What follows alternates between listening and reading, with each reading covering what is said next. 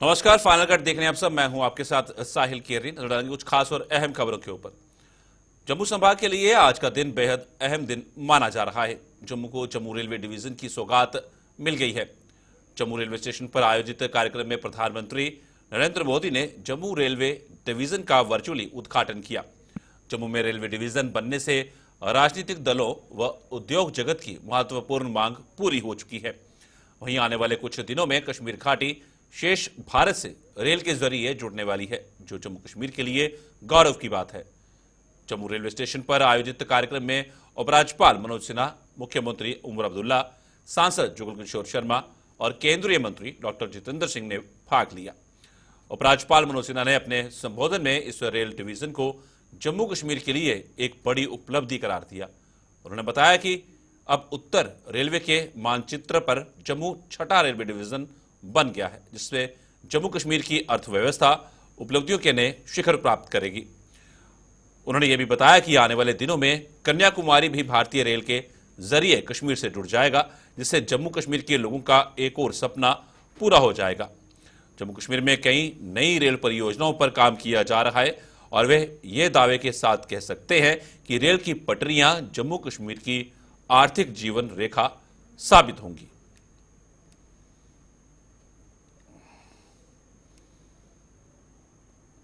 1330 stations को Amrit Bharat stations के रूप में विकसित किया जा रहा है और जम्मू कश्मीर के भी 4 रेलवे स्टेशन, जिसमें जम्मू भी शामिल है, वर्ल्ड क्लास रेलवे स्टेशन बनाए जा रहे हैं। मैं कह सकता हूं कि आज उसमें एक नया स्वर्णिम अध्याय जुड़ रहा है। अब उत्तर रेल, नॉर्दर्न रेलवे के मानचित्र पर जम्मू छठवां रेलवे डिवीजन होगा और मुझे विश्वास है कि जम्मू कश्मीर की अर्थव्यवस्था उपलब्धियों के नए शिखर इससे प्राप्त कर सकेगी और इसी महीने आने वाले कुछ दिनों में कन्याकुमारी से कश्मीर भी भारतीय रेल से जुड़ जाएगा। वो सपना भी जम्मू कश्मीर के लोगों का पूरा होने वाला है। जम्मू कश्मीर को एक बड़े लक्ष्य तय करने और उसे साकार करने के लिए ये जो रेलवे डिवीज़न है, ये बहुत मदद करेगा। आज पूरे देश में स्वदेशी इंजीनियरिंग क्षमता के प्रति उधमपुर, श्रीनगर, बारामूला रेल लिंक की चर्चा हो रही और इसमें दुनिया के सबसे ऊंचे रेलवे ब्रिज, जो चिनाब नदी पर चिनाब ब्रिज के नाम से जाना जा रहा है, और हमारे देश के पहले केबल आधारित रेलवे ब्रिज अंजी ब्रिज की उपलब्धियों को पूरे देश में आज सराहा जा रहा है। ये निश्चित रूप से जम्मू कश्मीर के लिए गौरव का विषय है। इस परियोजना प्रोजेक्ट के द्वारा भारत का मुकुटमणि न सिर्फ राष्ट्रीय रेल नेटवर्क से जुड़ेगा, बल्कि जम्मू कश्मीर के 1 करोड़ 40 लाख नागरिकों के उज्जवल भविष्य के साथ साथ आर्थिक आत्मनिर्भरता का एक नया युग भी प्रारंभ होगा। एक बात मुझे और बतानी है कि आज के समय में, आज के दिन लगभग 40,000 करोड़ रुपए की रेल परियोजनाएं जम्मू कश्मीर में चल रही हैं और इसके अलावा अंतिम छोर तक कनेक्टिविटी पहुंचाने के लिए दूर दराज के इलाकों में अनेक परियोजनाएं आदरणीय प्रधानमंत्री जी के कारण पाइपलाइन में हैं, देश के रेल मंत्री जी के कारण, ताकि वहां भी सामाजिक और आर्थिक क्रांति की नई लौ जलाई जा सके। अभी अनंतनाग, बिजबिहड़ा, पहलगांव के 78 किलोमीटर, अवंतीपुरा, सोपैया के 28 किलोमीटर रेल लाइन का सर्वे चल रहा है। Baramulla Uri 46 kilometre, Baramulla Kupwara 39 kilometre, Jammu Poonch via Akhnoor, Rajouri 223 kilometre, Manwal Talra via Ramkot, Billawar और दुनेरा 117 किलोमीटर, सोपोर कुपवाड़ा 37 किलोमीटर के बीच नई रेल लाइन बनाने तथा बारामूला बनिहाल 118 किलोमीटर के डबलिंग के डीपीआर पर भारतीय रेल आज काम कर रही है। मैं ये बात कह सकता हूं कि रेल की पटरियां जम्मू कश्मीर की आर्थिक जीवन रेखा साबित होंगी। ये सभी परियोजनाएं भारत सरकार की उस प्रतिबद्धता को भी दोहराती हैं कि आर्थिक विकास में तेजी लाई जाए और संतुलित विकास के द्वारा एक भव्य और गौरवशाली जम्मू कश्मीर। दूसरी ओर मुख्यमंत्री उमर अब्दुल्ला ने जम्मू को रेलवे डिवीजन देने के लिए केंद्र सरकार का आभार जताया है। उन्होंने कहा है कि जम्मू को रेलवे डिवीजन देने की मांग पिछले काफी अरसे से की जा रही थी, जो आखिरकार पूरी कर दी गई। उन्होंने उम्मीद जताई कि अब जल्द ही कटरा से श्रीनगर तक रेल लाइन के हिस्से को जोड़कर यह परियोजना जल्द पूरी की जाएगी।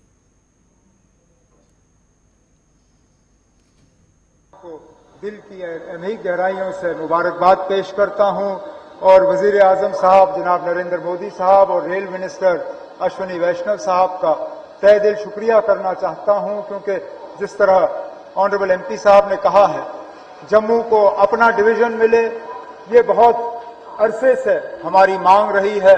बहुत अरसे से हमने इसकी बात की। शुरू में तो अगर आप देखें हमारा डिवीजन जो है वो फिरोजपुर था, क्योंकि हमारी रेल जो है जम्मू कश्मीर तक पहुंचती नहीं थी। जम्मू कश्मीर तक पहुंचने के लिए पहले हम पठानकोट में उतरते थे, फिर आहिस्ता आहिस्ता रेल जम्मू पहुंची। उसके बाद पिछले लगभग 40 साल के अरसे में ये रेल जो है बढ़ती गई। पहले जम्मू से उधमपुर, उधमपुर से कटरा, कश्मीर में शुरुआत हुई तो श्रीनगर से बारामूला, बारामूला से अनंतनाग, फिर अनंतनाग के जरिए बानीहाल, अब बानीहाल के जरिए संगलदान। और 2 दिन पहले हमें ये खुशखबरी मिली जब हमने मीडिया के जरिए देखा कि ट्रायल ट्रेन जो है वो श्रीनगर से अब कटरा पहुंचा दी गई है। उम्मीद की जा रही है कि बहुत जल्दी वजीर आजम साहब के हाथों श्रीनगर से लेके कटरा का जो हिस्सा है वो जोड़ के ये पूरा जो है ट्रेन मुकम्मल किया जाएगा। नगरोटा से दिवंगत विधायक देवेंद्र सिंह राणा की बेटी देवयानी राणा को भारतीय जनता युवा मोर्चा की जम्मू कश्मीर इकाई का उपाध्यक्ष नियुक्त किया गया है। भाजपा के संगठन महामंत्री और युवा मोर्चा की जम्मू कश्मीर इकाई के अध्यक्ष अरुण प्रभात की सहमति से देवयानी राणा को यह बड़ी जिम्मेदारी सौंपी गई है। भाजपा के प्रदेश अध्यक्ष सतीश शर्मा और विधानसभा विपक्ष के नेता सुनील शर्मा सहित अन्य नेताओं की मौजूदगी में भाजपा के राष्ट्रीय महासचिव तरुण चुग ने देवयानी राणा को यह पदभार सौंपा और उम्मीद जताई कि वे अपनी इस जिम्मेदारी को पूरी निष्ठा व ईमानदारी से निभाने में कोई कसर नहीं छोड़ेंगी।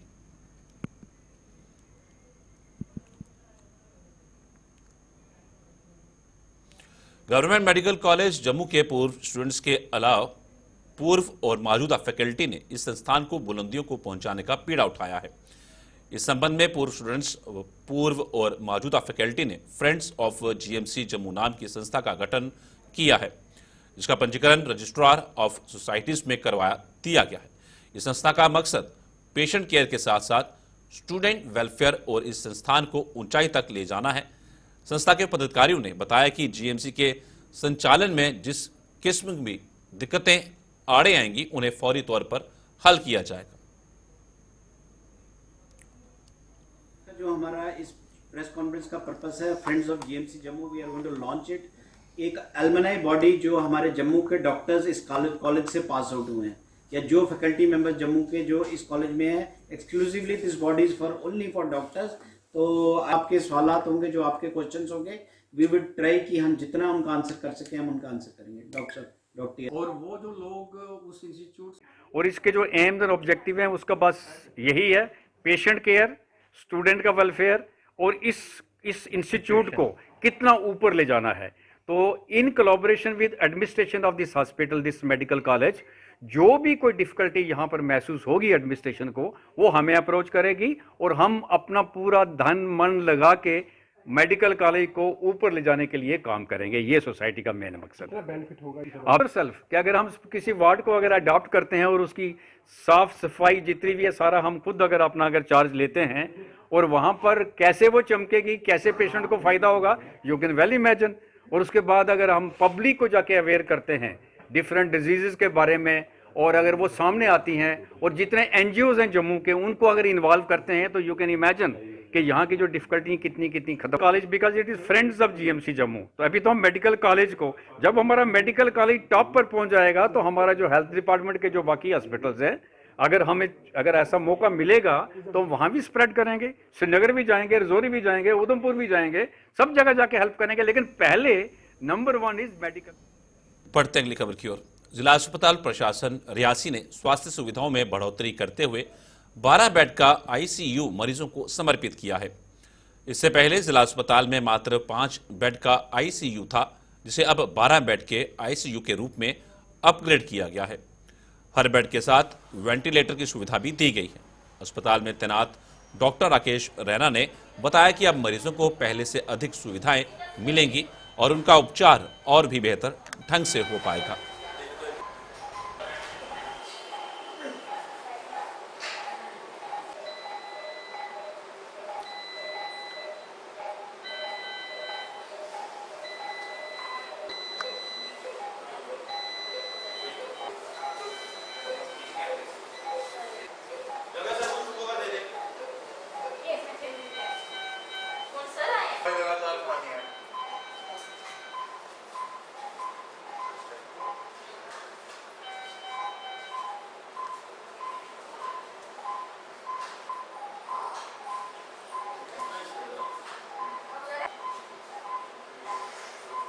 जो हमने अपग्रेडेड आईसीयू बनाया हुआ है, इससे काफी ज्यादा फायदा होगा मरीजों का।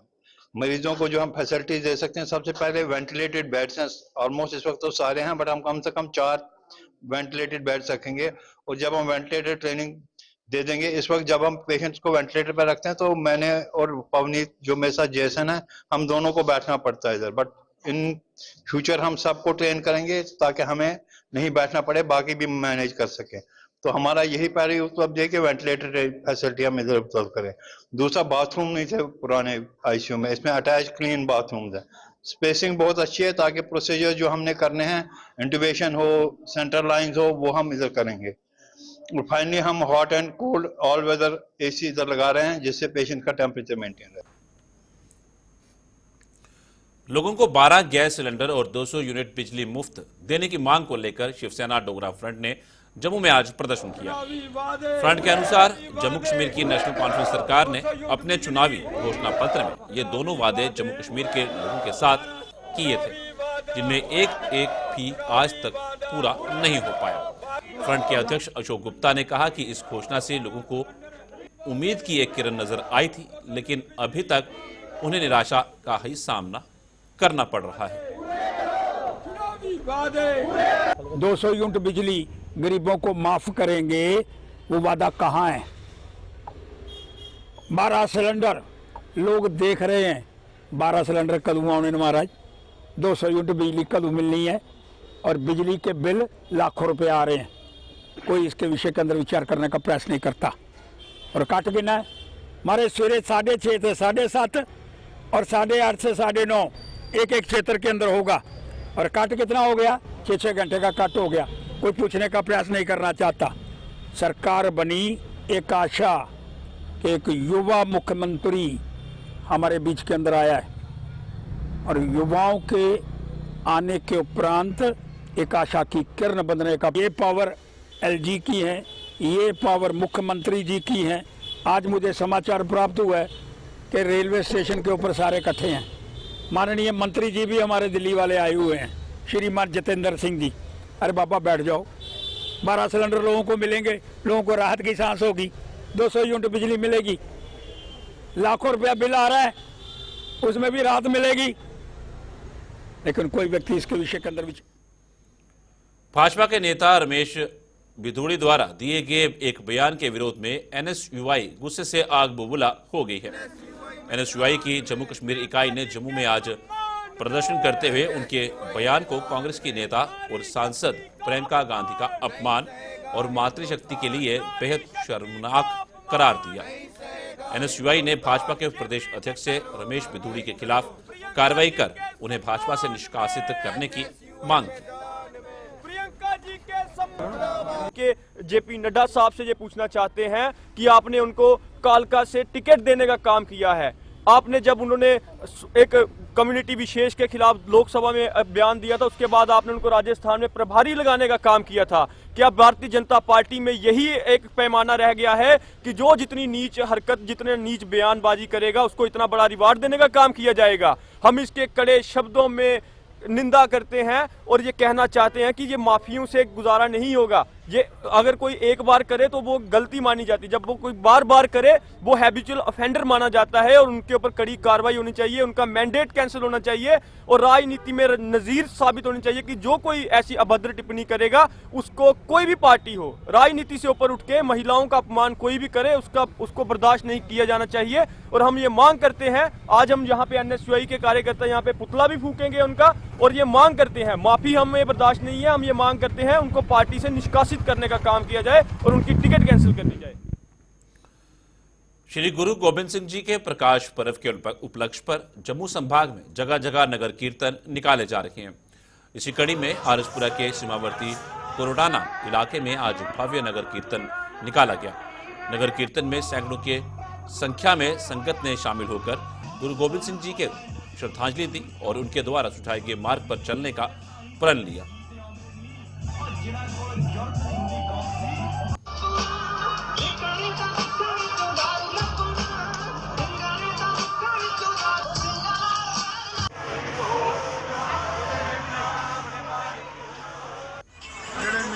ਸਾਡੇ ਵੀਰ ਆਏ ਨੇ ਇਹਨਾਂ ਦਾ ਬਹੁਤ ਬਹੁਤ ਧੰਨਵਾਦ ਕਰਨਾ ਜਿਨ੍ਹਾਂ ਨੇ ਇਹ ਕਵਰੇਜ ਕਰਕੇ ਇਸ ਨਹੀਂ ਪੂਰੇ ਇਲਾਕੇ 'ਚ ਨਹੀਂ ਪੂਰੇ ਜੰਮੂ ਕਸ਼ਮੀਰ 'ਚ ਨਹੀਂ ਬਾਹਰ ਵੀ ਇਹਨਾਂ ਦੀ ਜਿਹੜੀ ਕਵਰੇਜ ਹੈ ਉਹ ਇਸ ਟਾਈਮ ਜਾ ਰਹੀ ਹੈ। ਮੈਂ ਧੰਨਵਾਦ ਕਰਨਾ।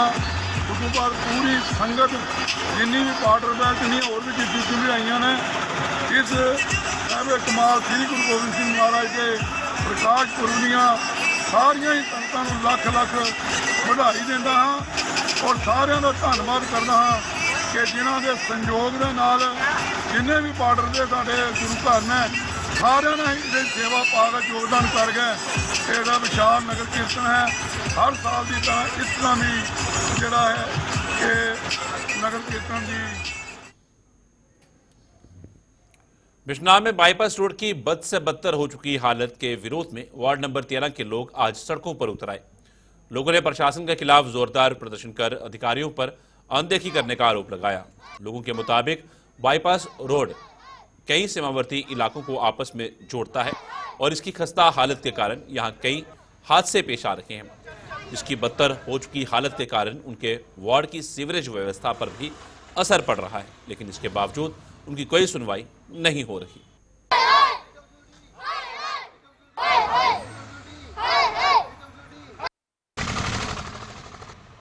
जो भी यहाँ अरनिया पंडोरिया अरनिया का जो भी 4 व्हीलर्स है या 2 व्हीलर्स है वो हमेशा बाईपास रोड से ही बाहर जाते हैं, क्योंकि यहाँ पे क्या है कि रश कम होता है, उसकी वजह से गाड़ी बहुत तेज़ चलती है और कि तेज़ चलने का ये कारण है कि ये बाईपास रोड है।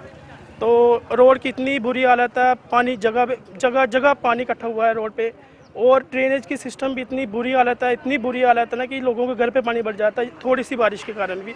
हमारे यहाँ पे शॉप्स भी हैं, क्या बताएं कि लाखों रुपए का नुकसान हो जाता है सर जब बारिश पड़ जाती तो पानी यही डर रहता कि पानी अंदर घुस ना जाए। तो ये मेरी पीडीडी से और कमेटी बिश्नाह से एमसी से यही रिक्वेस्ट है कि ड्रेनेज का सिस्टम भी ठीक किया जाए और साथ में रोड का सिस्टम भी यहाँ पे ठीक किया जाए कि गली वालों को यो आने जाने वालों को किसी चीज़ की परेशानी नहीं हो। यही रिक्वेस्ट है सर मेरी, जल्दी से जल्दी आए और विज़िट करें, मौका देखें। तो और हम ये चाहते हैं कि ये रोड का जल्दी से जल्दी काम हो और हमारे जो एमएलए साहब जी बहुत अच्छे काम कर रहे हैं, वो भी एक बार इधर आके विजिट करें और देखें कि कितनी बुरी हालत है इधर। और गाड़ियों वाले बार बार मतलब इधर गाड़ी गिरती हैं खड्डे में, इतना पानी भरा हुआ। एक दिन बारिश हुई कोई अभी कल तो इतनी बुरी हालत है सड़कों की। और प्लीज़ इधर आके देखें एक बार और गली में भी देखें। ये सर आगे पूरा अरनिया बॉर्डर पूरा रोड जो बाईपास रोड चलता है सबसे ज़्यादा रोड है ये। और सर साथ में मंदिर है, मंदिर के आगे इतनी बड़ी गंदगी है, ठीक है ना।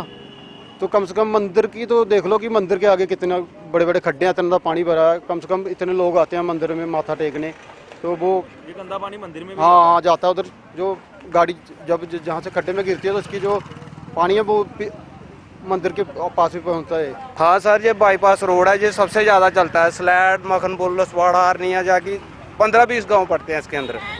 तो हर एक दिक्कत है, गाड़ी वालियों को दिक्कत है, रोज कोई ना कोई गिरा रहता है। ये देखो सर इधर पीछे आप जरा घुमाइए कैमरा सर, ये जो खप्पे देख रहे हो।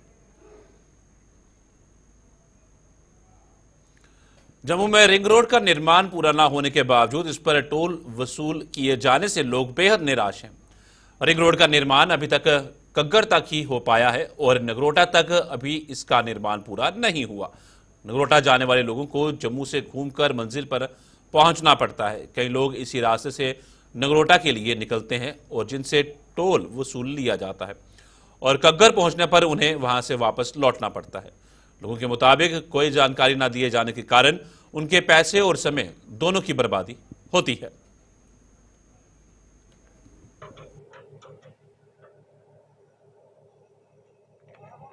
इधर रात को भी आती है गाड़ी, कभी हरियाणा से आ रही है, कभी कोई दिल्ली से, कभी कहाँ से आती है। हमें आकर पूछती हैं कि आगे रास्ता है, हम ही उनको बोलते हैं कि आगे रास्ता नहीं, जहाँ तक की रिंग रोड है वो यहीं से वापस हो जाते हैं। पीछे तो उन्होंने बोर्ड लगा दी है, टोल भी चल रहा है, कुछ सब कुछ चल रहा है, जहाँ से आगे गाड़ियाँ फिर से वापस हो जाती है। कहीं सर ऐसा बोर्ड कहीं नहीं लगा है कि जहाँ पर कि कहीं पर कि आगे रोड बंद है, जहाँ कैसा कोई ऐसा बोर्ड नहीं लगा है। बिल्कुल कहीं बोर्ड नहीं लगा है। आगे पुल का काम भी लगा है, फिर उसके आगे टंडल का काम लगा है, वो तो अभी नहीं, वो भी चल रहा है। पुल का भी और टंडल का दोनों का काम लगा है। तो रिंग रोड जहाँ तक ही है, जहाँ पर कोई सुविधा नहीं होगी, कोई गाड़ी खराब हो जाएगी, कोई सुविधा नहीं है, पीछे जाना पड़ेगा 5-6 किलोमीटर में, वहाँ पर होगी जाएगी सुविधा। सर पीछे तो कुछ ऐसा बताया नहीं कि ना कोई बोर्ड लगा है कि आगे रास्ता अनकम्प्लीट है, तो इधर आके खज्जल खरवारी होगी, वापस जाना पड़ेगा। तो अब वापस जाना पड़ेगा, टोल भी दिया, सब कुछ दिया, तो जम्मू से घूम के जाना पड़ेगा। सर एलजी साहब से यही कहना चाहेंगे कि इसके बारे में कुछ देखना चाहिए। गुलिस्तान पे खबरों का सिलसिला यूं ही चलता रहेगा। फिलहाल फाइनल कट में इतना ही, दीजिए इजाजत, नमस्कार।